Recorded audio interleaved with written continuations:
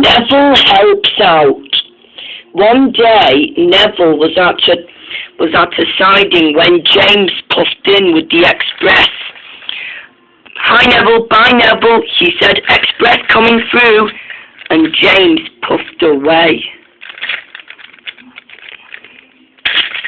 And this made Neville really cross.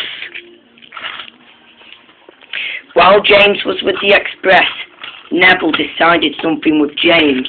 "You dare tell me that again," said Neville, and Neville puffed before James. "Ah," said James, and James puffed away. At the next day, Neville decided something. "Well then," he said, "I'll prove to James that I'm helpful, he said. "I'll show him." And he puffed away.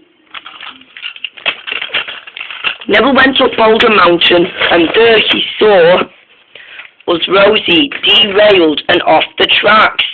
"Hi Rosie," he said, "what happened?"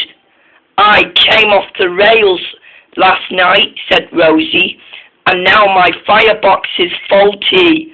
Now I won't be able to go home." "Don't worry," said Neville, "I'll help you." And that made Rosie better.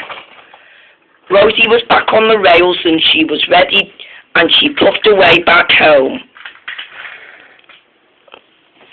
And Neville just puffed in.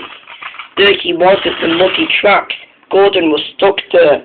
You don't look well, Gordon," he said. "Let me help you." And with that, Neville pulled and pulled, and Gordon was out of the muddy tracks before he sunk. "Thank you, Neville," said Gordon. "You are a very good friend." "Indeed," said Neville, and Gordon puffed away. And third, Neville went up the mine, and there was Hero stuck there between he and his tender. "What's wrong, Hero?" he said. "I fell down in a ditch," said Hero. "Pull me out, please." "Don't worry, Hero," said Neville. "I will." And so Neville pulled and pulled, and Hero was out of the ditch. "Thank you, Neville," he said, and Hero was gone. And Neville puffed away. He had done enough helping indeed. There was James with the express, and there was James with the express again, and was ready to go to the harbour.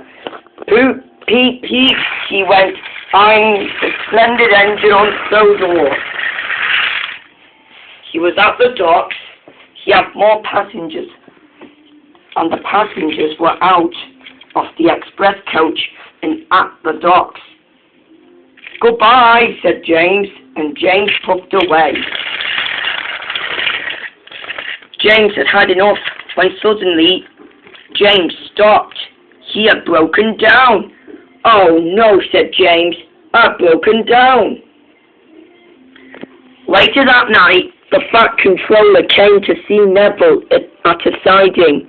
"James has broken down," he said. "You must help him." "Yes, sir," said Neville, and Neville, the helpful engine, puffed away. Neville was a friendly engine and was everyone's good friend. "Don't worry, James," he said. "I'll help you." "Who's that?" said James. "It's me, Neville." "Oh, thank you, Neville," said James. And Neville took James and the express to the yard. And the express coach was put somewhere else. And James was gone to the works to be mended.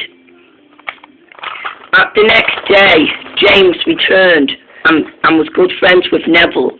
"Neville," he said, "I'm sorry I was being bossy around you yesterday," he said. "Oh, that was all right," said Neville. And the two of them were good friends and good engines on Sodor. They really liked that. "Thank you for helping me last night," said James. You're welcome at all, said Neville, the helpful, friendly engine, and they all know him, Neville, and they all know him as Neville, the friendly black tender engine, and he is on Sodor.